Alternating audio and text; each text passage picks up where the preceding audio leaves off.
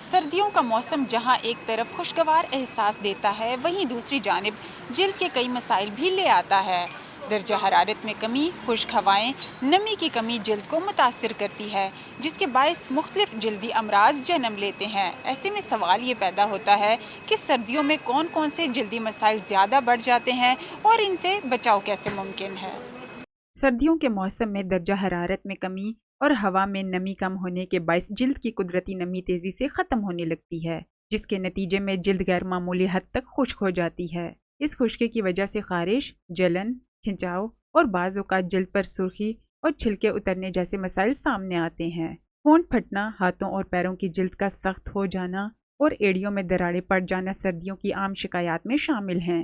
ماہر جلد کے مطابق حساس جلد رکھنے والے افراد میں سردیوں کے دوران ایگزیما، الرجی، خارش اور جلد پر دانوں کی شکایات مزید بڑھ سکتی ہیں۔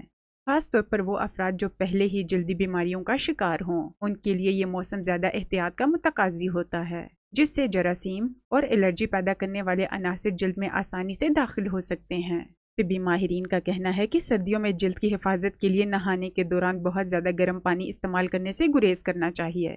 نہانے کے فوراً بعد جب جلد ہلکی نم ہو، موئسچرائزر یا کریم لگانا نہایت ضروری ہے تاکہ جلد میں نمی برقرار رہے۔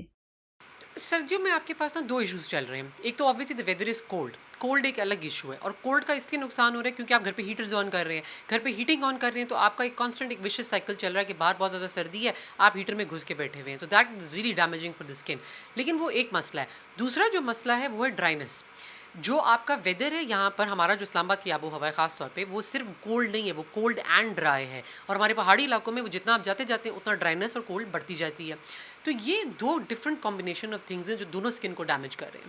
اب آپ کی کولڈ آپ ٹیکل کرنے کے لیے جو آپ کو یہ ایک کنسسٹنٹ ہیٹ کے بجائے جو ہیٹر میں گھس کے بیٹھنے والی عادت ہے، سب سے زیادہ تو وہ خطرناک ہوتی ہے۔ آپ کے برنز ہو سکتے ہیں، کرونک سلو برنز ہوتے ہیں۔ تو آپ کی سوچیں کتنے پیشنٹس آتے ہیں جن میں وہ لیسی سا ریش ہوتا ہے، reticular rash, and then they go like پتہ نہیں ڈاکٹر یہ کیسے ہو گیا، پھر آپ کو پتہ ہوتا ہے، پھر آپ ایسا ایسا ہسٹری کو رہتے ہیں تو پتہ چلتا ہے کہ جناب کس وجہ سے ہو گیا۔ ڈرائینس کا جہاں تک تعلق ہے وہ بہت گمبھیر مسئلہ ہے۔ وہ اس طرح گمبھیر ہے کہ جو لوگ ہیں جن کو آلریڈی اسکن کی کوئی پرابلمس ہیں، ڈرماٹائٹس ہے، ایگزیما ہے، ان کی جو صحت ہے وہ اس موسم میں بہت زیادہ حد تک ورس ہو جائے گی۔ So the will get significantly worse in the cold weather, because cold and the dry weather will exacerbate that condition. یہ سب سے زیادہ امپورٹنٹ چیز ہے۔ اگر ہم سردیوں کی بات کریں تو جیسے ہی موسم خشک ہوتا ہے تو ہمارے پاس مختلف ایج گروپس میں مختلف قسم کے جلدی مسائل دیکھنے کو ملتے ہیں۔ جیسے اگر ہم بچوں میں دیکھیں تو ڈرائینس بہت زیادہ بڑھ جاتی ہے، اور جن بچوں کو پہلے سے ایٹوپک ڈرمیٹائٹس یا ایگزیما کا کوئی ایسا مسئلہ ہوتا ہے وہ سردیوں کے موسم میں بڑھ سکتا ہے۔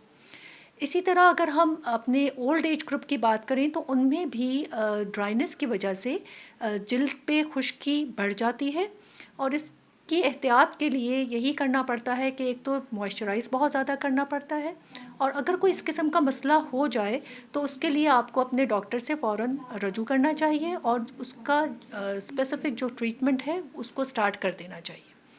ایک اور سردیوں کا مسئلہ ہوتا ہے کہ ہاتھ اور پاؤں ٹھنڈے ہونے کی وجہ سے ایک بیماری ہوتی ہے جس کو پرنیوسس کہتے ہیں یا چل بلینز کہتے ہیں۔